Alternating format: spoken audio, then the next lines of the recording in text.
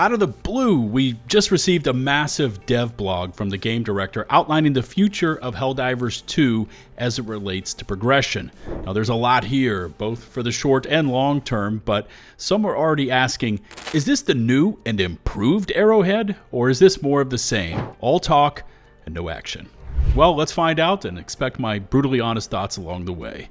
Please consider hitting subscribe as we dive into this huge post from Arrowhead and Helldivers.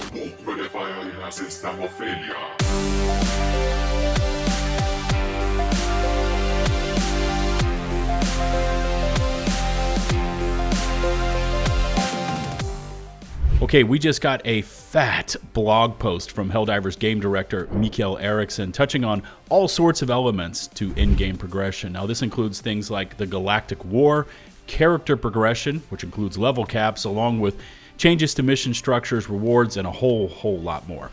And a quick side note before I get into all of this, and I mean all of this because this is a long post. It's kind of early my time, but right now I've got a break this morning in terms of IRL work duties, so I'm going to attempt to run through his statements while throwing in my thoughts along the way, all without a script. Yeah, so here we go. Today there's a lot to talk about, but let's start by talking about progression and why it's not progressing faster. The way we see it, there's two broad categories of progression in our game. Community progression, which is the community's journey and contribution to the Galactic War, and player progression, which is your personal journey and contribution and impact on the war development. Both are very important to us, and I want to share some of the development work taking place on these systems. We have consistently received feedback around our in-game progression plans, with players asking about level cap increases and additional ship modules. Simply put, we feel like previously seen progression elements like raising the level cap in Silo aren't enough and wouldn't address your feedback on a foundational level. Yes, I agree, just raising the level cap is not nearly enough. We are going to raise the level cap, but ideally, when we deepen the progression, we want there to be more valuable upgrades for every kind of player. Not just our players who have unlocked 100% of all the offerings. I know we're just at the beginning of this post, but already we're seeing a different tone than the "Oh sweet summer child" response we saw from the AMA, where we were told that it was the paying players who were at the mid-game that were the priority for Arrowhead moving forward. Again, we're 2 paragraphs in, I know. Actions speak louder than words, but yeah, let's see what their vision for the future of HD2 looks like. Up first is community progression. Here's what he says. Some of the most epic moments in this game have been when the community worked together to achieve common goals, send more dudes. Everything from earning cool rewards to shaping the lore of the universe, like unlocking the exosuits, I remember that on 𝗀𝗀𝗀, saving the children, that was an epic time, or holding the line against the Illuminate on 𝗪𝐿ipso. Remember that shadow drop from the Game Awards? That was pretty epic as well. However, we want to do more to improve how players interact with the Galactic War, collaborate as a community, and receive rewards. Okay, full stop. I know I'm speaking for myself, but I'm also probably speaking for a lot of divers out there. Really, the last time for me that I really interacted with the Galactic War was somewhere around the Battle for Super Earth, which I want to say was May 2025. So it's been over a year that it's just kind of been, I guess I'll participate. Maybe I won't. Maybe I'll go hit a planet that's completely not related to anything. We saw kind of how that went down when we attacked Cyberstan and the effects and the aftermath of that. But let's continue on. He says, for example, it's never been clear if the actions of the community actually lead to different outcomes or if it's all just smoke and mirrors. I've spoken about this many times. The reality is that the community impact on the Galactic War differs, but even in the cases where we did a lot of work to prepare for very different outcomes, we've struggled to communicate it in the game. That's because there is no in-game communication systems. Additionally, unless you joined right at the start of a big event like the Battle for Super Earth or the Cyberstan invasion, it's been difficult to understand what's going on. Even if that can be funny sometimes, like he says, all I know is that I must kill, it was never intended to be confusing for players. For those and other reasons, we are launching Galactic War campaigns in June. What is it right now? It is June, so Galactic War campaigns are coming this month. In a nutshell, campaigns are the next evolution of major orders. There will be roughly 1 to 3 weeks in length, with the intention that it will always be clear what the active campaign is, how it's going, what the outcomes have been, and what's at stake. And more exciting news, the other thing we heard is that players like to earn more rewards. Yeah, I don't know exactly why this is here. Like, it's something that Arrowhead just learned. This is a fact since the game launched back in 2024. It's got indisputable proof and evidence backing it up. Players in Helldivers 2 want to engage with the game. They want to engage with the Galactic War, and they want to earn their rewards. They don't want them to be handed to them, say like the Bastion tank, and God forbid, they don't want them to be locked into a paid war bond. Anyways, so he continues on. He says, so the introduction of campaigns means there will always be at least one campaign reward if the conditions are met. We want to make these rewards special because we also think players should earn more than just medals. I totally agree on that. We need a lot more in terms of rewards. We'll experiment with different rewards, ranging from gameplay altering effects, okay, to cool items. I wish I knew what cool items meant. And alongside you, we'll keep playing with this over the coming months and see what you think. It also means there is more stuff for players to work towards outside of war bonds. Thank you. 𝗲𝗃𝗃𝗃 is feeling generous. The first reward you'll be working to unlock is a new FRV. So there you go. A new FRV is on the horizon, as long as I guess we can complete this Galactic campaign. But it looks like he also expands on this a little deeper. He says, looking a bit further into the future, I want to talk about planet Warfronts, which is something we've never heard mentioned in Helldivers 2. Before we launched the game, we experimented with dynamic warfronts on planets, where players needed to make strategic community decisions on a planet level in order to liberate it. While it was promising, we realized we didn't have the content needed to do it justice at the time.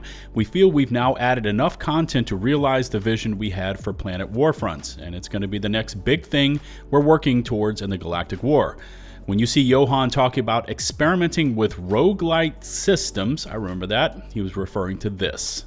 I also want to point out that there is a difference between roguelite and roguelike, with some of the differences coming to mind for a roguelite, such as permadeath, meta progression, where you earn level ups and upgrades that you keep into your next playthrough, and also roguelites tend to lean into procedural generation. Now, whatever AH has cooked up may or may not lean into the basics of a true roguelite, but it sounds like whatever it is somewhere in the pipeline, and hopefully we'll see it sooner than later. Eriksson continues on by saying, when we introduce Planet Warfronts, missions will be grouped under different categories. Listen to these: defend missions and liberated territory, frontline war missions on the front lines, which sounds chaotic and right up my alley, and then you've got behind enemy lines missions and enemy controlled territory for all you redacted regiment stealth divers. Players will fight to reach key strategic locations on planets like cities. I'm pretty mixed about cities, which can have different active enemy variants in different areas of the planet. Again, with cities, as long as they aren't everything in terms of liberation, if they're just one set goal or objective, I guess that could work. But what we have currently, where everything is predicated on taking the cities to liberate a planet, it doesn't work. Of course, you'll still have the game masters to contend with too. In the final version of this feature, there will also be gameplay altering effects, that sounds cool, and consequences for achieving planet liberation goals, like reaching and liberating a city within X time or disabling enemy artillery in one location to unlock crucial operations. That sounds interesting. I want to see it in effect, though. The intention is to make it more fun to liberate planets with your squad and deepen the Galactic War and community progression systems. We want liberating planets to feel unique and epic for everyone. Agreed. We need that back. We have some development and design work ahead to make these feel great and provide the best experience, but I wanted to share just one of the ideas we have in active development. More to come on these changes in the next few months. So TLDR here is, directly from Eriksson, campaigns will be kicking off here in June with the revamped reward tracks for completion. These Planet Warfronts he mentions, though, with the different mission types, game-altering effects, and consequences are all off in the future with no ETA given except for another update coming, as he says, in the next few months.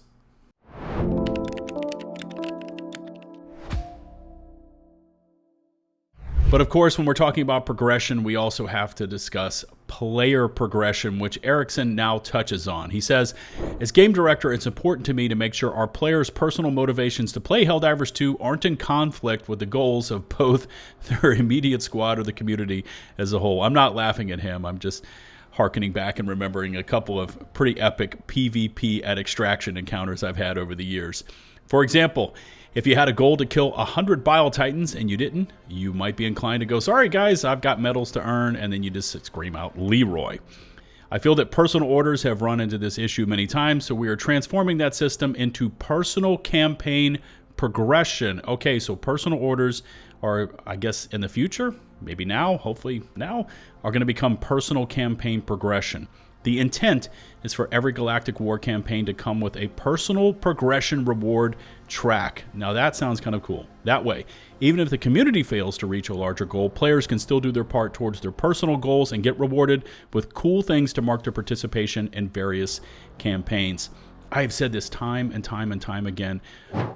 We as players want player agency. We want to be able to spec out our Helldivers drip the way that we want. Of course, transmog, I don't see that listed anywhere in here. That would be step 1 of this. But step 2 would be able to, say, equip medals on our chest, or, you know, maybe different insignias on our helmets, rank on our arms. You know, kind of like what you would see in current armed forces, where they have patches to commemorate the campaigns they were in. I know we have capes, but this would be a further step where we could deck out our drip even further. I would definitely like to see that. This change won't happen with the launch of Galactic War campaigns. Okay, but we are planning to deploy it this year. Okay, so they got 6 months to get it deployed.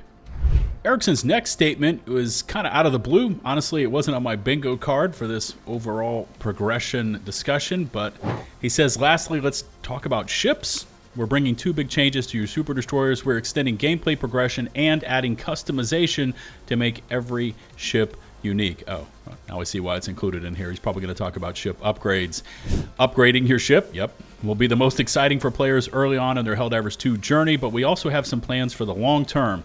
An area that isn't really living up to its potential is the ship module system. Agreed.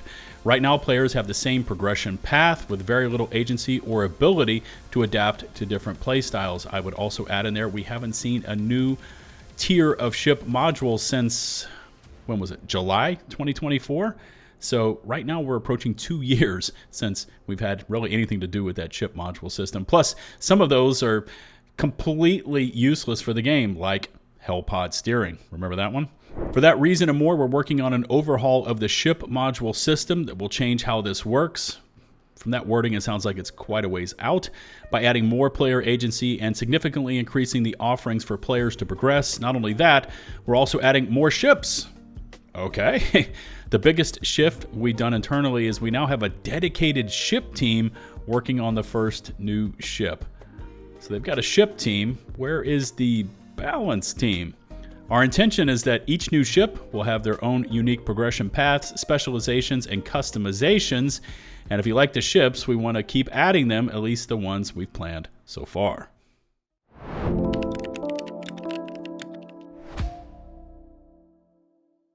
Thank you for sticking with me on this one. I know it's been quite a long read through, but there's just so much here, and I wanted to throw my thoughts in as well. On this last little bit, Eriksson touches on fixes and changes coming to the game both very soon and down the line. For very soon, he says, Helldivers will be able to use assisted reload as long as either the carrier or the reloader of the weapon have the corresponding backpack. That's actually a great change. Not many people do assisted reloads in the game, but with that change, I think more would actually pull it off. So you don't actually have to swap the backpacks with your squad mates. They can wear their standard, whatever, ammo backpack. You can wear the resupply pack and still reload them. That's a great change. More emotes. Helldivers will have 8 emote slots instead of 4. That's kind of a push for me. And finally, reduced dead input on stimming. That actually sounds like it could be a great change if it is what I think it is. And finally, Eriksson goes on to outline long-standing issues and bug fixes, and as he says, they're tackling them, starting off with stratagem bouncing. Listen to this. They've assembled a task force, that's right, a task force to prototype fixes for this issue, and they're hoping to have it solved by the end of the year. Now, I'm going to table my reaction to that for just a moment, because this next one actually will combo up with it. He says Hellpod steering, similar to stratagem bouncing. We're also tackling this long-standing issue. Okay, just base thoughts, throwing them out there right now. How is it that this studio spent 8 years designing this game, has now spent, what is it, the last 2 years supporting the game, and they have to put together a task force to prototype fixes to fix these long-standing issues. I mean, it's like they've held a meeting to hold a meeting to talk about a meeting to now putting together a task force. Hell, stratagem bouncing's been an issue for years. Hellpod steering at one time did work. I know for many newer players, you've never seen it work, but we were in the past able to land up on the side of mountains and on top of rock structures and take the high ground advantage, and that was broken. Damn, it feels like over a year ago now. Why has this not been a studio priority? Why has it only become something that they have to assemble a task force now? I mean, I could probably make a whole video about this, but that just kind of gets under my skin. You know what I'm saying? This is a majority issue that players have complained about. Stratagem bouncing. I bet if you polled players, somewhere in the 90 percentile would say, yeah, it sucks. If you talk to them about Hellpod steering and you polled them, they would say, once again, probably 100% would say, yeah, it sucks. Why have we been waiting this long as a studio to tackle these? It's mind-blowing. Eriksson continues on here with 5 more long-standing bug fixes and things that they're tackling, saying that they're going to improve enemy and player traversal, which includes environmental collision and reducing movement penalties on grass and vegetation. Yeah, why is that? I've always wondered why it is as a Helldiver when I encounter a bush that's, say, like up to my kneecaps, do I lose 75% of my speed? I think it's so they can make us a slower moving snack. What do you think? Anyways, next up is increasing the level cap to 300. So there you go. They're going to double the current level cap from 150 up to 300. Economy and resource improvements. That's quite vague. Fixes to the Warbond and Superstore menus to make them easier to navigate. Okay. I guess they want to make it easier for us to spend those super credits. And closed beta testing that focuses on stability and balancing. We're getting mentioned here again, and that includes getting beta test feedback from our propaganda commanders. Wow, they actually mentioned us in one of the posts. I guess we're doing a little bit of testing. And he goes on to conclude with, while this is not an exhaustive list of everything we're planning, I hope it gives you some insight into what's coming up next for progression and some of the reasoning behind the path we've chosen. I can't wait to hear and read what you think and to get this into your hands.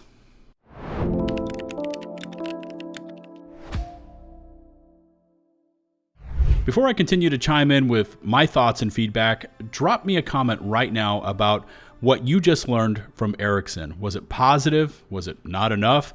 Maybe it was things that should have been in the game since launch. You know, any and all of that sort of feedback would be great to see because I do look it all over and I like to get a general sense of what the player base is thinking and feeling. I'm going to next lay out my thoughts here from a direction of dual perspectives, starting off with that of a fresh diver recruit. You know, maybe I joined when Xbox got into the action, or maybe I'm a diver dad that gets a couple hours a week to hit HD2.